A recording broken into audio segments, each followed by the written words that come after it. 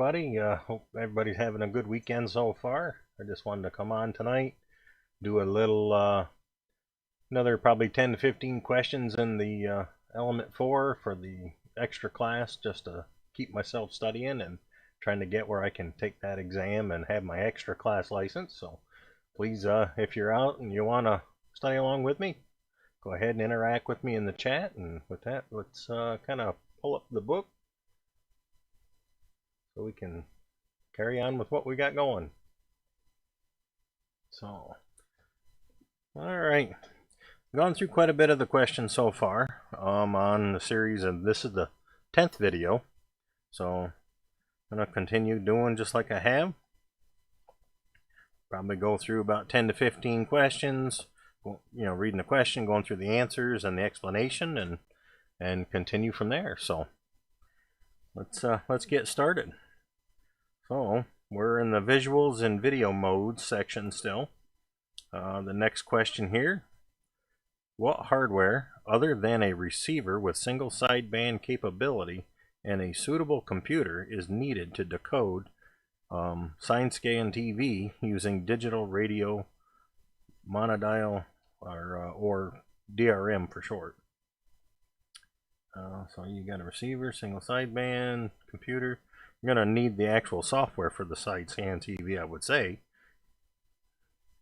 So A, special IF converter. B, special font and end limiter. C, a special notch filter to remove synchronization pulses.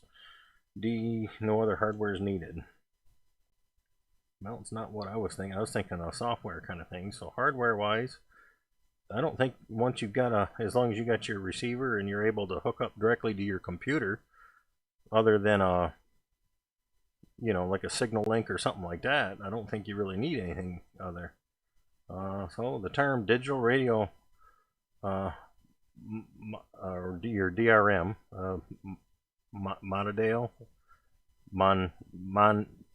mondial. All right, I may not be pronouncing that nowhere near correct, but DRM is not a special kind of circuit with a big chip in the middle. Rather, DRM is a panel of commercial and non-commercial radio users who have developed a sole standard for sending broadcasts over worldwide low frequency and high frequency bands. Slow scan TV is easy to hear at 14.230 megahertz and is easy to capture a full color high resolution picture with just your HF receiver and a suitable equipped computer with a sound card running the slow scan TV software. So it is D, no other is needed.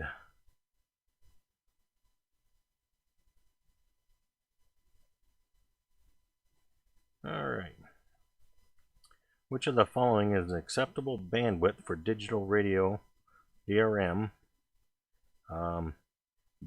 based voice or slow scan TV digital transmissions made on the HF amateur bands? A, 3 kilohertz, B, 10, C, 15, or D, 20 kilohertz? To be honest with you, I'm not positive. I don't remember reading on any of this. Good evening, Rosa. So the restrictions for slow scan TV specify that the typical high frequency slow scan signal can occupy no more than a conventional single sideband voice signal, 3 kilohertz or less. So A, 3 kilohertz. Learning tonight. All right. So what technique allows commercial analog TV receivers to be used for fast scan TV operations on the 70 cm band? I'm just drinking a little water tonight. A, transmitting on channels shared with cable TV. B, using converted satellite TV dishes. C, transmitting on the abandoned TV channel 2. D, using upper sideband and demodulating the signal with a computer sound card. I'm going to say D. Unlike on HF, where video is limited to narrowband SSTV methods, full broadcast style TV is possible on amateur US frequencies. UHF frequencies, excuse me. One of the last holdouts for NTSC TV, which has been replaced by digital TV in the commercial broadcast world, is fast scan amateur TV. It is a trivial matter to make NTSC equipment work on the UHF amateur TV frequencies. Any commercial TV receiver capable of receiving cable TV is capable of receiving amateur UHF. I did not know that. So the correct answer is A. Transmitting on channels shared with cable TV. Alright, next one here. How many times per second is a new frame transmitted in a fast scan television system, NTSC system? Per second is a new frame. A, 30, B, 60, C, 90, or D, 120? I'm going to say probably 60, because that seems to be your high end for a lot of your frames per second stuff nowadays. So operating fast scan television is fun on the 420 megahertz and higher bands. A new frame is created every 30 times per second by 2 complete fields for each frame. This will give you a picture just like home television. In fact, older analog cable-ready TV can still receive local ATV signal. So it's 30 times per second. Probably should know that, because whenever you're looking at YouTube stuff, on your camera stuff, it's 30 FPS for a lot of the, even though you try to go higher. So I should have known. Something tells me I should have known it was 30 times. Alright, let's see. Our next one here. Cover the answer so we don't all jump ahead.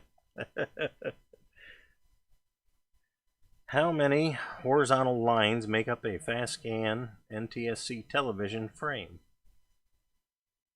30, 60, 525, or 1080? Let me move my book over a little bit. That one I'm not sure. Any guesses? Alright. Wow, okay, I would never thought that. A total of 525 lines from 2 fields make up a complete frame. So that's a lot more than I was along the lines with A or B, so I would never guess 525. I guess I got to do more digital mode stuff. And it kind of shows here a little breakdown here. So we got your one video feed, darker light, 0 reference stuff, the TV composite video signal, and then this one down here shows you your bandwidth for a TV channel, frequency in megahertz. Okay. The video signal is composed of 3 major components: picture, timing, and color. Television sets now, or know, basically your new televisions know how to decode the stream of information in the pictures that reproduce the changing scenes captured by the video camera. That's neat. Alright.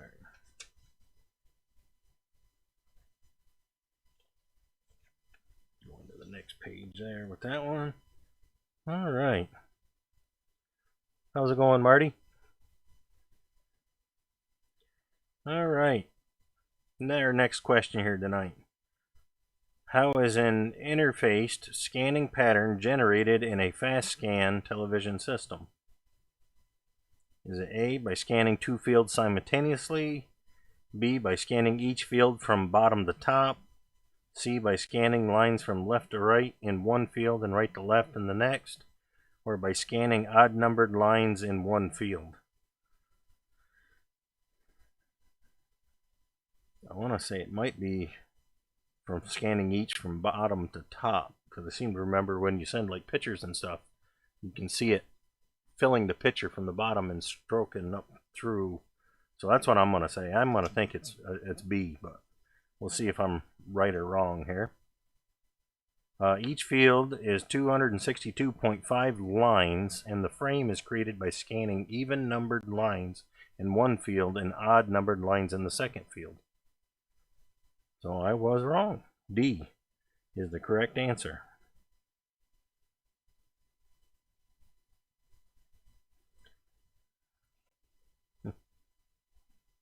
Well, oh, I see. Yeah, I didn't even read up there, Marty. Sorry, you did answer. Odd numbered lines. All right. Okay, let's see here. Our next one here. What is the name of the signal component that carries color information in the NTSC video? And so far, I am definitely got a lot of learning to do in this section.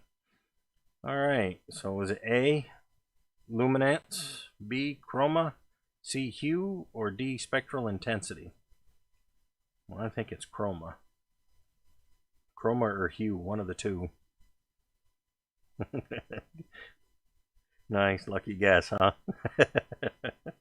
All right, well, I'm thinking it's either chroma or hue, and I'm leaning more toward chroma on this one, but... All right, look at that. There's a lucky guess for you. Chroma is the video component contained in a phase-modulated 3.58 megahertz subcarrier that varies with the instantaneous color in the scene being scanned by the video camera. Correct answer is B, chroma.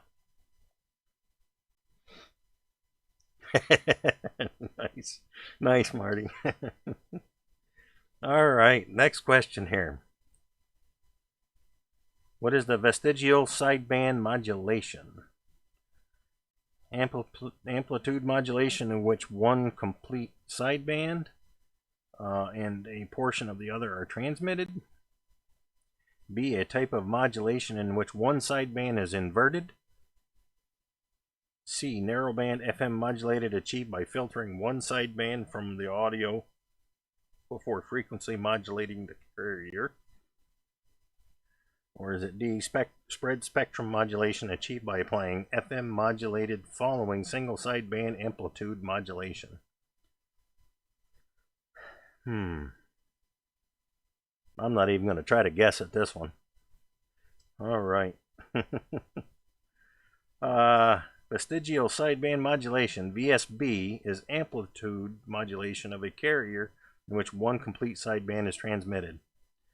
Upper VSB is standard, and a vestigial sideband filter is used to attenuate the other sideband. This helps reduce occupied bandwidth to 6 MHz and provides better spectrum efficiency than full double sideband amplitude modulation. All right, so the correct answer is A, amplitude modulation in which one complete sideband and a portion of the other are transmitted.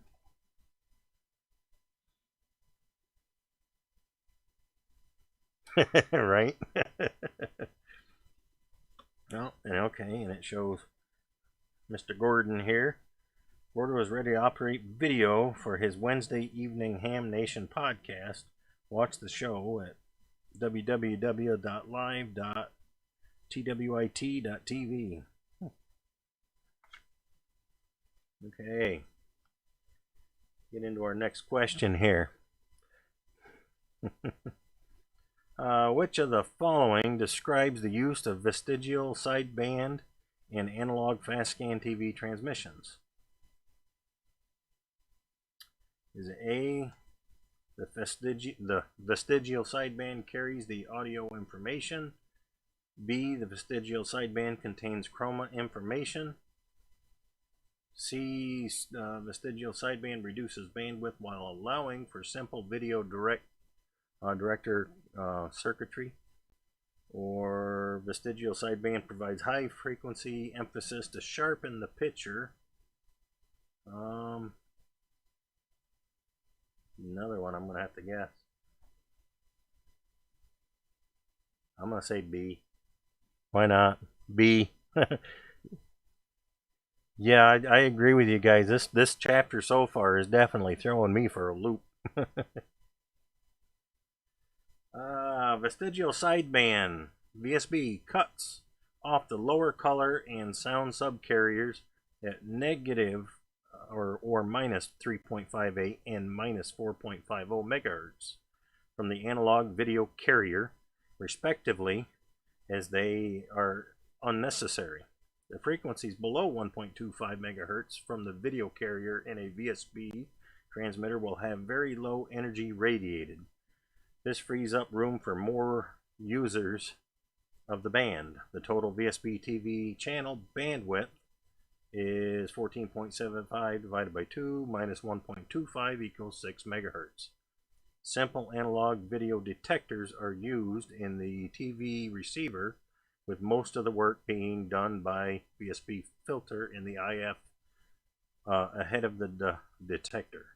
Even though commercial TV signals have switched from analog to digital, many ham fast scan TV signals remain analog. New TVs still employ an analog tuner and vestigial sideband receiver with simple video detector in addition to digital system to allow compatibility with older VCRs and DVD players. Answer C, and what a mouthful. So the vestigial sideband reduces bandwidth while allowing for simple video detector circuitry. Long way around the horn for that one. All right. Good to know. Okay. Amateur TV high definition. Yeah.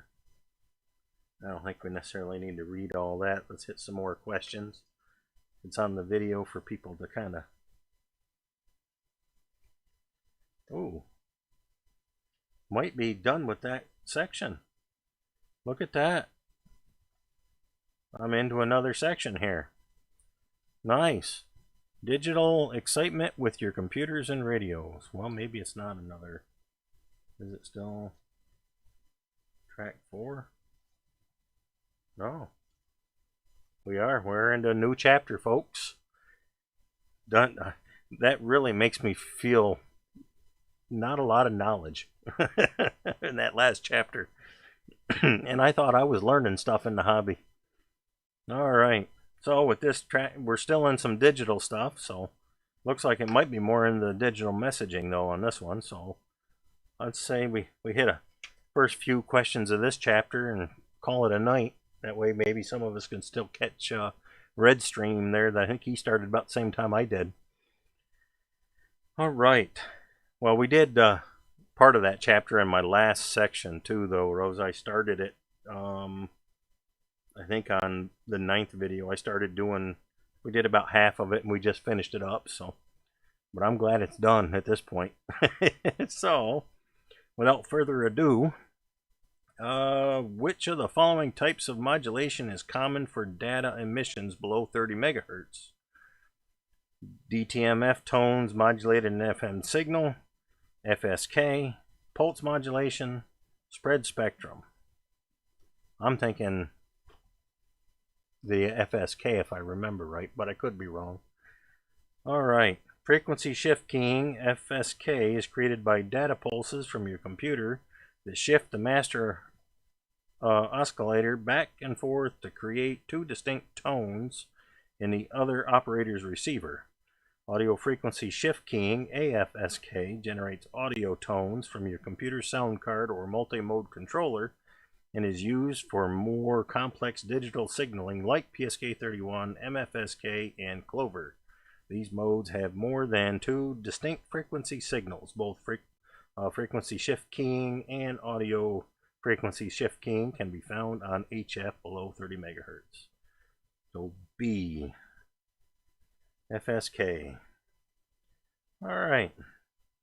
What is the difference between direct FSK and audio FSK? Direct FSK applies data signal to the transmitter via phone, while AFSK transmits tones via phone. B, direct FSK occupies less bandwidth. C, direct FSK can transmit faster baud rates. Or D, only direct FSK can be decoded by a computer.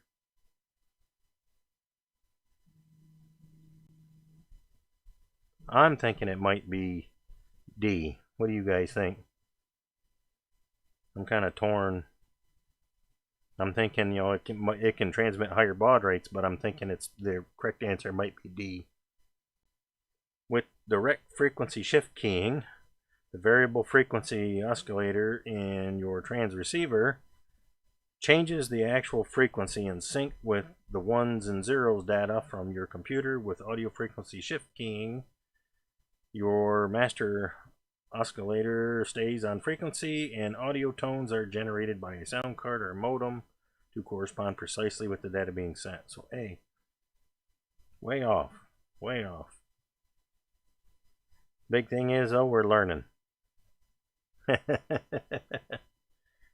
So, let's see what.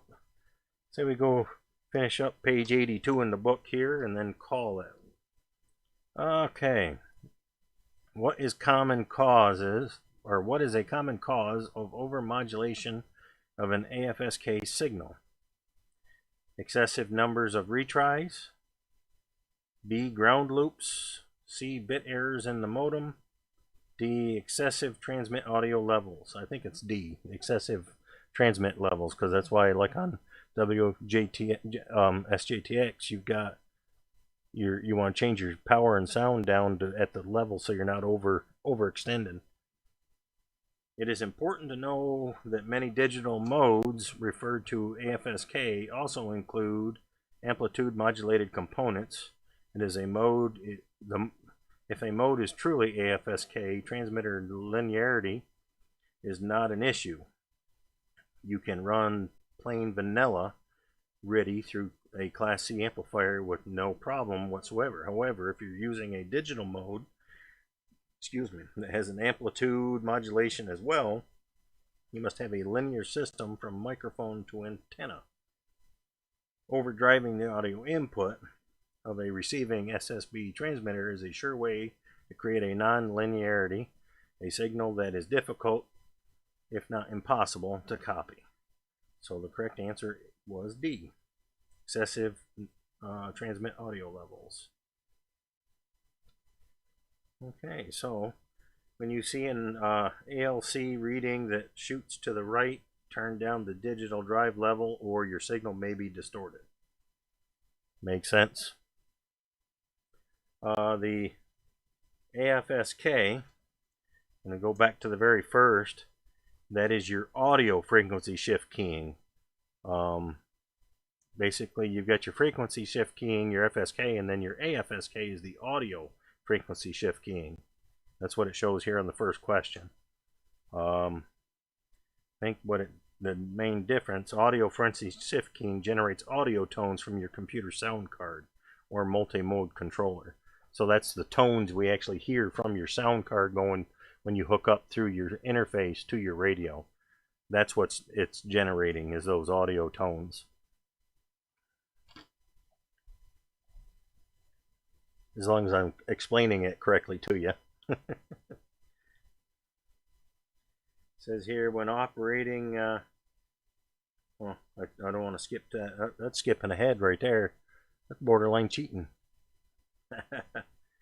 What parameter evaluates distortion of an AFSK signal caused by excessive input audio levels? Signal to noise ratio, B. baud rate, C. repeat request rate, or D. intermodulation distortion? I think it's D, the distortion. Intermodulation distortion is the primary reason why many digital modes do not decode properly. IMD doesn't always show itself on a waterfall display, although with a signal with lots of IMD may appear wider than normal. Always be safe and run your audio well below the level that creates an ALC action on your transmitter. So the correct answer was D, IMD. And if we see here, when operating digital, keep your ALC settings always in view on the meter. Makes sense? It's always, I thought there was always C. and you always see your way out, you know. All right. What is considered an acceptable maximum IMD level for an idling PSK signal? A plus 10 dB, plus 15, minus 20 or minus 30? I don't know off the top of my head. Some reason I'm drawn to minus 20. For IMD, the bigger the negative number, the better. Minus 30 dB means that the sum of all intermodulation products is less than 1/1000th the power level of your desired signal. I was on the right track. I was thinking negative, but I didn't go far enough. We had to go to minus 30 dB for the correct answer on that one. And the last question for tonight, folks. Why should phase shifting of PSK signal be done at zero crossing of the RF signal? A, to minimize bandwidth. B, to simplify modulation. C, to improve your carrier suppression. Or D, all these are correct. I think you're right on that one, Rosa. All the above.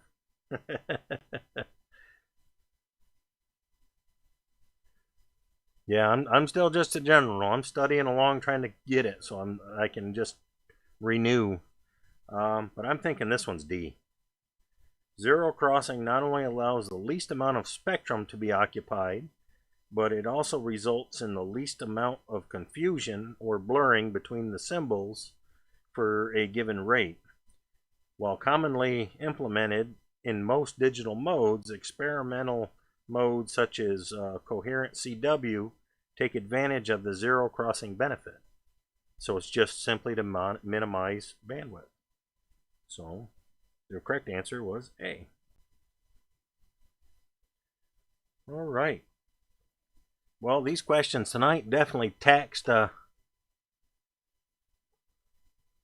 welcome DE2 TRF from Germany. Thanks for joining. Oh, keep it up, English versus Dr. Google 73. Well, thank you. Well, that's why I'm going through these, because I feel I've retained more actually as I'm reading and reading it, whether live or recorded. I feel like I remember more of what I've gone through, so I think it's actually helping me with the studying by doing it this way. So I appreciate everybody swinging in and watching and viewing, because it's helping me just as much as hopefully everybody else. So, but on that note, we've gone through quite a bit of them. You can see I've gone through over 80 pages of the questions so far, and we're into the one chapter, but I still got a lot of the question pool to go. So I may try to do these a little more often than I've been. So, but with that, let's but yeah, I appreciate everybody swinging in and stopping by, and I hope to see everybody more. I'm going to try to continue to do this maybe a little more often, just so I can get through all the question pool, because it's helping me get ready for the test. I'd like to try to set a goal for myself to have my extra before the end of the year. So I think that's a reasonable goal, but we'll see how things pan out with everything. So I thank everybody that stopped in and watched and viewed and interacted in the chat. I really appreciate it. It helps kind of go along, and I'm going to try to watch the chat a little more, so if there's anybody trying to answer questions too along with it, we can have almost like a little conversation with it. So I'll say thank you for it to everybody again, and get on the air. 7-3.